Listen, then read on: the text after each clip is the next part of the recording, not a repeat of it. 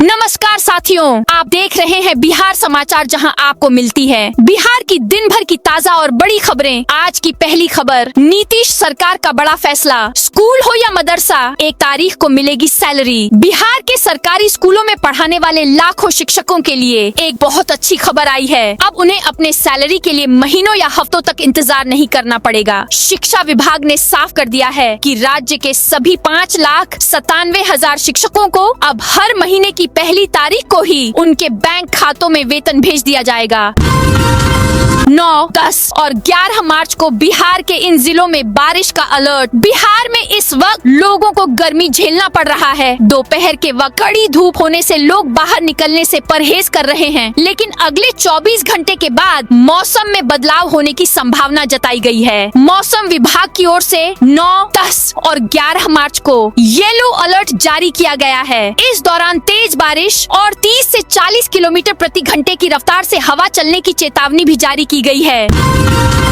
बिहार में रजिस्ट्री से पहले मिलेगी जमीन की पूरी जानकारी। 1 अप्रैल से नया नियम लागू। बिहार में जमीन की खरीद बिक्री से जुड़े विवादों को कम करने के लिए सरकार नई व्यवस्था लागू करने जा रही है। 1 अप्रैल से राज्य में रजिस्ट्री से पहले आवेदकों को जमीन के मालिकाना हक की जानकारी उपलब्ध कराई जाएगी। इसके लिए मद्य निषेध, उत्पाद एवं निबंधन विभाग और राजस्व एवं भूमि सुधार विभाग संयुक्त रूप से नई प्रणाली लागू कर रहे हैं। इस व्यवस्था के तहत जमीन की रजिस्ट्री से पहले संबंधित अंचल कार्यालय से जमीन की पूरी जानकारी प्राप्त की जा सकेगी। जेडीयू ऑफिस के बाहर हाथी, घोड़ा, ऊंट लेकर पहुंचे कार्यकर्ता। मुख्यमंत्री नीतीश कुमार के बेटे निशांत कुमार आज दोपहर 1 बजे जेडीयू की सदस्यता ग्रहण करेंगे। इसे लेकर जेडीयू नेताओं और कार्यकर्ताओं के बीच जश्न का माहौल है। जेडीयू ऑफिस के बाहर कार्यकर्ताओं की भीड़ जुट गई है। इसके साथ ही ऑफिस के बाहर निशांत कुमार के पोस्टरों की भरमार लग गई है। जेडीयू ऑफिस के बाहर देखा गया कि कार्यकर्ता गुलाब का गुलदस्ता लेकर निशांत कुमार के स्वागत के लिए तैयार है। इतना ही नहीं, हाथी, घोड़े और ऊंट भी लाए गए हैं। पूरे जोश के साथ कार्यकर्ता सीएम नीतीश कुमार और निशांत कुमार के लिए जमकर नारेबाजी करते दिखे। बिहार में जाम की झंझट से मिलेगा छुटकारा। 83 रेलवे ओवरब्रिज की मिली मंजूरी। बिहार में जाम की समस्या अक्सर लोगों को झेलनी पड़ती है, लेकिन इससे निजात पाने के लिए महत्वपूर्ण फैसला लिया गया है। राज्य में 83 रेलवे ओवरब्रिज की मंजूरी मिली है। इसके साथ ही अगले साल 110 और आरओबी बनाए जाएंगे। रेलवे फाटकों पर लगने वाले जाम को कम करने और यातायात को सुरक्षित बनाने को लेकर एक महत्वपूर्ण पहल के तहत विकास आयुक्त मिहिर कुमार सिंह, पथ निर्माण विभाग के सचिव पंकज कुमार पाल और पूर्व मध्य रेलवे के महाप्रबंधक छत्रसाल सिंह के बीच हुई बैठक में इस पर सहमति बनी। बैठक में रेलवे की ओर से प्रमुख मुख्य अभियंता शैलेश वर्मा समेत कई अधिकारी भी मौजूद थे।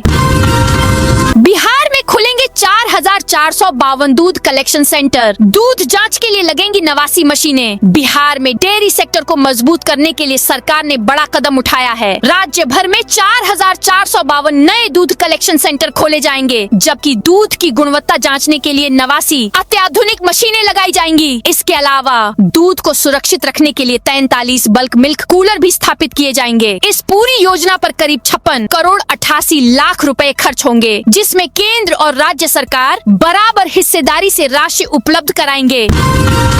पटना के 22,000 ऑटो चालकों को मिलेगा जोनल परमिट। पटना शहर में ऑटो परिचालन को व्यवस्थित करने के लिए नई व्यवस्था लागू की जा रही है। क्षेत्रीय परिवहन प्राधिकार ने शहर में ऑटो के जोनल परमिट की संख्या 18,000 से बढ़ाकर 22,000 करने का फैसला लिया है। इसके तहत 19,800 ऑटो को नियमित जोनल परमिट और 2,200 को रिजर्व परमिट दिया जाएगा।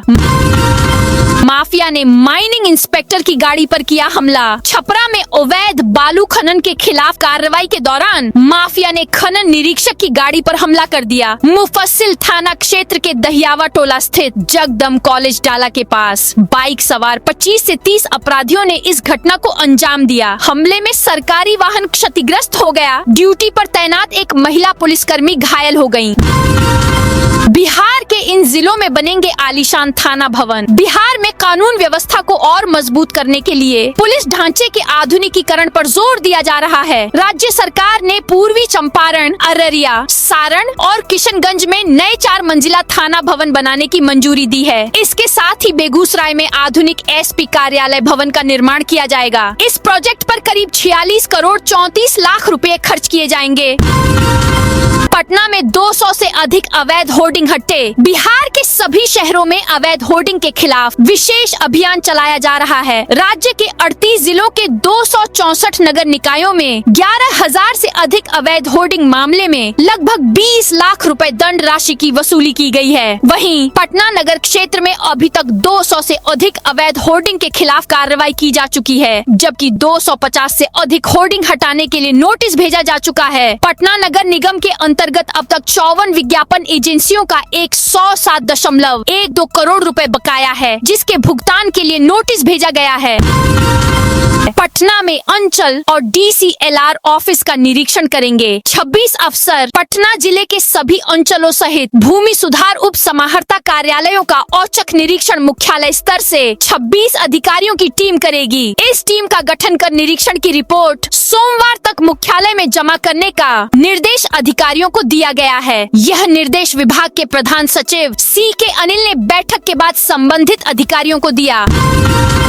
पटना जू आज से पर्यटकों के लिए ओपन। पटना जू एक हफ्ते की बंदी के बाद आज खोल दिया गया है। आज से पर्यटकों को जू में एंट्री मिलेगी। बीते दिनों बर्ड फ्लू के खतरे को देखते हुए 7 मार्च तक पटना जू को बंद कर दिया गया था। विशेषज्ञों के लिए गए सैंपल में एवियन इन्फ्लुएंजा की पुष्टि नहीं होने के बाद आज से पर्यटकों के लिए पटना जू को फिर खोल दिया गया है। बिहार पटना म्यूजियम के बीच अंडरग्राउंड टनल निर्माण का शुभारंभ। बिहार म्यूजियम और पटना म्यूजियम को जोड़ने वाली अंडरग्राउंड टनल की खुदाई आज से शुरू हो गई है। आज सुबह CM नीतीश कुमार बिहार म्यूजियम पहुंचे और टनल बोरिंग मशीन का बटन दबाकर टनल निर्माण की शुरुआत की। CM नीतीश ने 500 मीटर पैदल चलकर निर्माण कार्य की तैयारियों का निरीक्षण किया। इस दौरान अधिकारी CM से लगातार गाड़ी में बैठने का अनुरोध करते रहे, लेकिन वो नहीं बैठे। बिहार म्यूजियम और पटना म्यूजियम को जोड़ने वाले सुरंग को 542 करोड़ की लागत से बनाया जा रहा है। यह मशीन जनवरी में दिल्ली मेट्रो रेल कॉरपोरेशन द्वारा टनल की खुदाई के लिए सिंगापुर से मंगाई गई थी। बिहार के 824 और दूसरे राज्यों के 370 रास्तों पर चलेंगी 1977 से ज्यादा बसें। बिहार में बस से सफर करना अब और भी आसान होने वाला है। बिहार सरकार की ओर से बड़ा फैसला लिया गया है। दरअसल बिहार के 824 और दूसरे राज्यों के 370 से अधिक रास्तों पर PPP मोड में बसों का परिचालन दिसंबर तक करने का निर्णय लिया गया है। परिवहन विभाग इस संबंध में 1 अप्रैल से वैकेंसी को लेकर आवेदन मांगना शुरू करेगा। जल्ला हनुमान मंदिर में अब होगी नवग्रह शांति पूजा। पटना के जल्ला हनुमान मंदिर में नवग्रह पूजा की सुविधा मिलेगी। आज मूर्तियों की स्थापना होगी। मंदिर परिसर में नवग्रह मंडप बनाकर वेदी पर 9 ग्रहों की स्थापना की जाएगी। प्रत्येक ग्रह की अलग अलग मूर्ति जो कसौटी पत्थर की है महाबलीपुरम से मंगाई गई है। इस वेदी पर श्रद्धालु स्थापना के बाद ग्रह शांति और ग्रह पूजन कर सकेंगे। महावीर मंदिर स्थान न्यास समिति की ओर से इसे संचालित किया जाएगा। जीविका दीदी के लिए पटना में खुलेगा आवास केंद्र। बिहार में महिला सशक्तिकरण की दिशा में एक नई पहल शुरू होने जा रही है। जीविका और Piramal foundation for education leadership के बीच हुए समझौते के तहत पटना में जीविका दीदी की आवास केंद्र की स्थापना की जाएगी। यह केंद्र चाणक्य राष्ट्रीय विधि विश्वविद्यालय परिसर में बनाया जाएगा, जहां राज्य भर के दीदी अधिकार केंद्रों से आने वाली शिकायतों और समस्याओं को सुना और उनका समाधान सुनिश्चित किया जाएगा। पूर्णिया में बकरी पालक महिलाओं ने हाईवे पर खोला दीदी का ढाबा। बिहार के पूर्णिया जिले से महिला सशक्तिकरण की एक मोटिवेशनल कहानी सामने आई है। यहाँ महिला बकरी पालकों ने मिलकर राजमार्ग पर दीदी का ढाबा शुरू किया है। इस ढाबे पर स्वच्छ वातावरण में देशी मसालों और शुद्ध तेल से तैयार बिहारी स्टाइल मटन परोसा जाएगा। यह पहल ग्रामीण महिलाओं को आत्मनिर्भर बनाने और स्थानीय उत्पादों को बाजार से जोड़ने की दिशा में एक बड़ा कदम मानी जा रही है। छपरा में अवैध खनन रोकने गई टीम पर हमला। बिहार के सारण जिले के छपरा में अवैध बालू कारोबार के खिलाफ कार्रवाई करने पहुंची खनन विभाग की टीम पर बालू माफियाओं ने हमला कर दिया। बताया जा रहा है कि करीब 20 से 25 की संख्या में पहुंचे हमलावरों ने सरकारी गाड़ी को घेर लिया और उस पर ईंट पत्थरों से हमला कर उसे क्षतिग्रस्त कर दिया।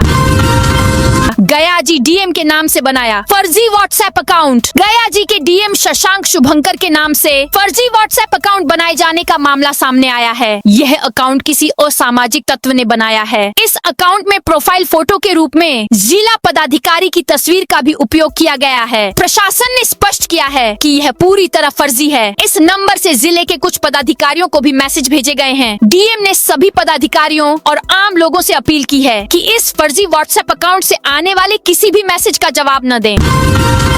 खगड़िया में 14 मार्च को राष्ट्रीय लोक अदालत। खगड़िया में 14 मार्च को राष्ट्रीय लोक अदालत का आयोजन किया जाएगा। जिला विधिक सेवा प्राधिकार खगड़िया के तत्वावधान में यह लोक अदालत सिविल कोर्ट खगड़िया और अनुमंडलीय सिविल कोर्ट गोगरी में लगेगी। इसके सफल आयोजन के लिए जिला न्यायालय प्रशासन ने तैयारियां तेज कर दी हैं।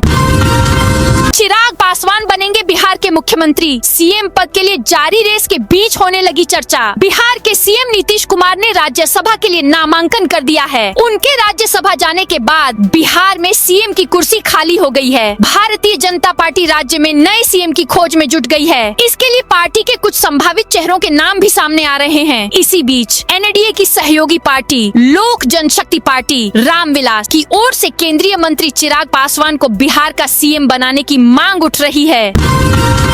चैती छठ 2026 5 करोड़ में तैयार होंगे पटना के घाट। चैती छठ 2026 की शुरुआत 22 मार्च से हो रही है। इसे लेकर पटना नगर निगम ने भी अपनी कमर कस ली है। 20 मार्च तक घाटों को तैयार करने का लक्ष्य रखा गया है। इसमें 5 करोड़ रुपए खर्च किए जाएंगे। शहर के विभिन्न अंचलों में घाटों की सफाई, सुरक्षा और सुंदरीकरण होगा। तैयारियों के तहत घाटों पर अस्थायी बैरिकेडिंग, दलदली क्षेत्रों में बालू भराई, बांस की चाली बिछाने, लाइटिंग आदि की व्यवस्था की जाएगी। उपेंद्र कुशवाहा की जीत तय। बीजेपी ने बनाया चौथा कैंडिडेट। राष्ट्रीय लोक मोर्चा आरएलएम सुप्रीमो उपेंद्र कुशवाहा का एक बार फिर से राज्यसभा जाना तय हो गया है। पर्दे के पीछे से बीजेपी ने बड़ा उलटफेर कर दिया है। दरअसल कुशवाहा ने भले आरएलएम के तहत अपना नॉमिनेशन किया है, लेकिन बीजेपी ने एनडीए कोटे से उन्हें अपना चौथा कैंडिडेट बना दिया है। 5वीं सीट के लिए पर्याप्त विधायक न एनडीए के पास है और न ही महागठबंधन के पास। उस सीट पर बीजेपी ने पार्टी के महामंत्री शिवेश राम को उतारा है। आरएलएम के प्रदेश अध्यक्ष आलोक सिंह ने इसकी पुष्टि की है।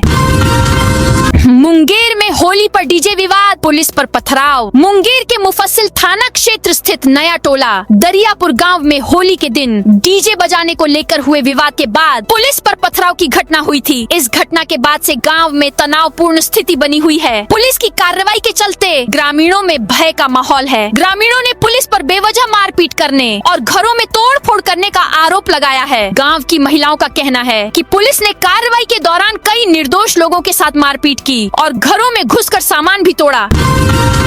सबमर्सिबल पंप नहीं लगे, फ्री वाईफाई जोन विकसित नहीं। इस बार बजट आकार 2990 करोड़ से अधिक होने का अनुमान। पटना नगर निगम वित्तीय वर्ष 2026 से 27 के बजट की तैयारी में जुट गया है। इस बार बजट का आकार 2990 करोड़ से अधिक होने का अनुमान है। इससे पहले 2024 से 25 का बजट 2054 करोड़ और 2025 से 26 का 2830 करोड़ था। बजट का आकार साल दर साल बढ़ता जा रहा है, लेकिन जमीनी स्तर पर विकास कार्य काफी धीमी गति से चल रहे हैं।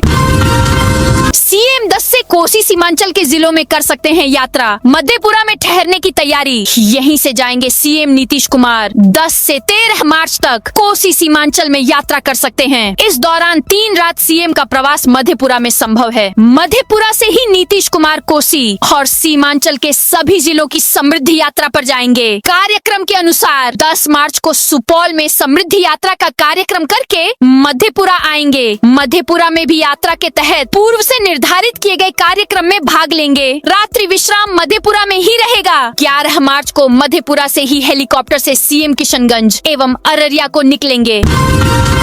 शराबबंदी से सालाना 30,000 करोड़ घाटा पर निर्णय ऐतिहासिक। उप मुख्यमंत्री सम्राट चौधरी ने कहा कि शराबबंदी से बिहार को हर साल करीब 28 से 30,000 करोड़ रुपए का नुकसान हो रहा है। इसके बावजूद यह मुख्यमंत्री नीतीश कुमार के जीवन का सबसे ऐतिहासिक निर्णय है। उन्होंने कहा कि नीतीश कुमार ने करीब 50 साल तक बिहार को समय दिया है। अब वह बिहार से बाहर जा रहे हैं। यह बिहार के लोगों के लिए चिंता का विषय है, जो स्वाभाविक है।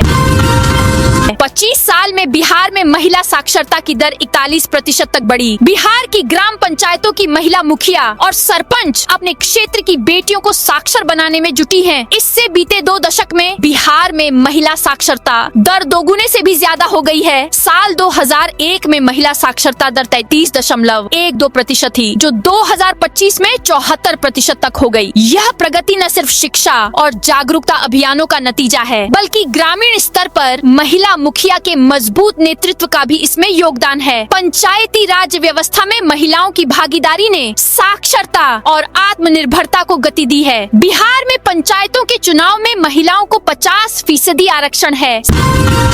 सभी नगर निकायों से जिम्मेदारी वापस। बिहार सरकार ने बेसहारा बुजुर्गों के लिए संचालित मुख्यमंत्री वृद्ध जन आश्रय स्थल योजना को लेकर एक बड़ा और अहम नीतिगत फैसला लिया है। राज्य के नगर विकास एवं आवास विभाग के दिशा निर्देश पर नगर निकायों द्वारा चलाए जा रहे इन आश्रय स्थलों को आगामी 31 मार्च 2026 के बाद पूरी तरह से बंद कर दिया जाएगा। राहत की बात यह है कि यह नया नियम पटना नगर निगम पर लागू नहीं होगा।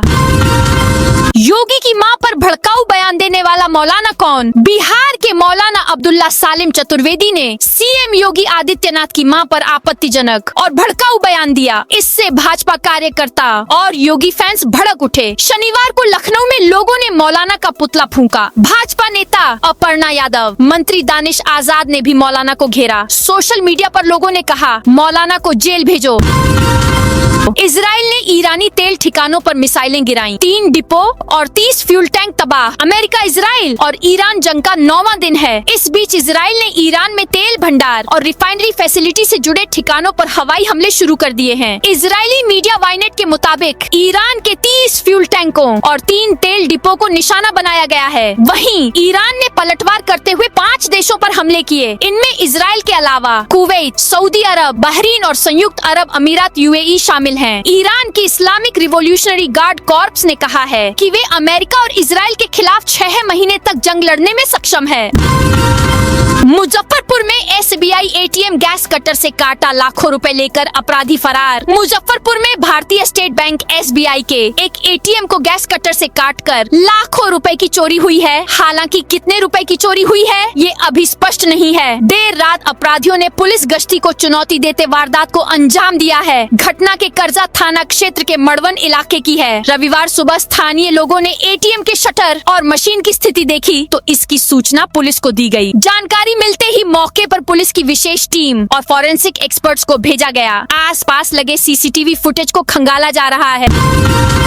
किशनगंज के पूर्व DPO पर 40 करोड़ का घोटाला साबित। किशनगंज शिक्षा विभाग के तत्कालीन जिला कार्यक्रम पदाधिकारी DPO राजेश कुमार सिन्हा पर 40 करोड़ रुपए से अधिक की वित्तीय अनियमितता का आरोप प्रमाणित हुआ है। इस मामले में राज्य सरकार ने उनके रिटायरमेंट के बाद पेंशन में आजीवन 25% की स्थायी कटौती का आदेश जारी किया है।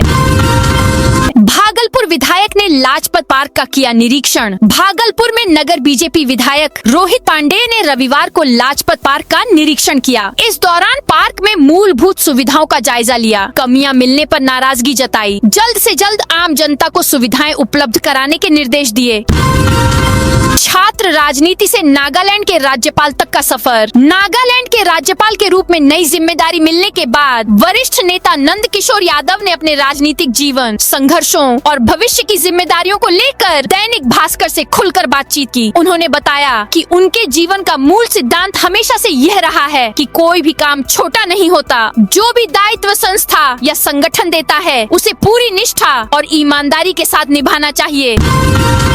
शंकराचार्य पर एफआईआर कराने वाले आशुतोष महाराज पर हमला। शंकराचार्य स्वामी अविमुक्तेश्वरानंद पर बटुकों से यौन उत्पीड़न की एफआईआर कराने वाले आशुतोष महाराज पर रविवार को चलती ट्रेन में जानलेवा हमला हुआ। आशुतोष महाराज ने बताया, रीवा एक्सप्रेस ट्रेन से गाजियाबाद से प्रयागराज जा रहा था। फर्स्ट एसी कोच में बैठा था। रास्ते में सिराथू रेलवे स्टेशन के पास सुबह करीब 5 बजे एक अज्ञात हमलावर ने धारदार हथियार से उनकी नाक काटने की कोशिश की। चेहरे और हाथ पर कई वार किए। गंभीर चोटें आई, काफी खून बहा।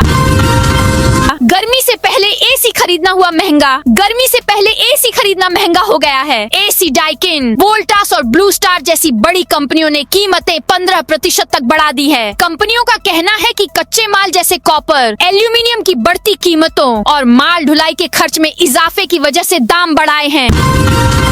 ऑफिसर्स ट्रेनिंग एकेडमी गयाजी में पासिंग आउट परेड। बोध गया मुख्य सड़क मार्ग पर पहाड़पुर गांव के पास स्थित ऑफिसर्स ट्रेनिंग अकादमी का परेड ग्राउंड आज एक खास लम्हे का गवाह बना। अनुशासन, जोश और देशभक्ति की धुनों के बीच यहाँ भव्य पासिंग आउट परेड का आयोजन हुआ। अंतिम पग रखते ही कुल 281 जेंटलमैन कैडेट्स भारतीय सेना के अफसर बन गए। इन अफसरों में 28 महिला कैडेट्स भी शामिल रहीं, जिन्होंने अपने कंधों पर सितारे सजाकर नई उड़ान भरी। भारत में पेट्रोल डीजल के दाम नहीं बढ़ेंगे। पाकिस्तान में फ्यूल 55 महंगा। मिडिल ईस्ट में जारी तनाव से देश में पेट्रोल डीजल की कीमत बढ़ने की चिंता खत्म हो गई है, क्योंकि हॉर्मुज रूट बंद होने के बाद सरकार ने कुल इंपोर्ट का 10% कच्चा तेल नए रूट से मंगाना शुरू कर दिया है। वहीं अमेरिका, इजराइल और ईरान जंग के बीच कच्चे तेल की कीमत एक हफ्ते में लगभग 27% बढ़ गई है। ब्रेंट क्रूड ऑयल का भाव बढ़कर $92.69 प्रति बैरल पहुंच गया है। आधार कार्ड में मोबाइल नंबर अपडेट करने का आसान तरीका। UIDAI के नए मोबाइल ऐप से आधार में मोबाइल नंबर अपडेट करना अब आसान हो गया है। यूजर्स ऐप के सर्विसेज सेक्शन में जाकर घर बैठे ही अपडेट रिक्वेस्ट भेज सकते हैं, जिससे आधार सेवा केंद्र जाने की जरूरत कम हो जाती है। दरअसल मोबाइल नंबर अपडेट करने का प्रोसेस पहले जैसा ही है, लेकिन अब यह ऑप्शन ऐप के सर्विसेज सेक्शन में दिखाई दे रहा है। इस नए फीचर की मदद से यूजर्स घर बैठे ही अपने आधार से लिंक मोबाइल नंबर अपडेट करने की रिक्वेस्ट सेंड कर सकते हैं, जिससे आधार सेवा केंद्र जाने की जरूरत लगभग खत्म हो जाती है। तो दोस्तों, यह थी आज बिहार की दिन भर की ताजा और बड़ी खबरें। अब कल मिलते हैं नई खबरों के साथ।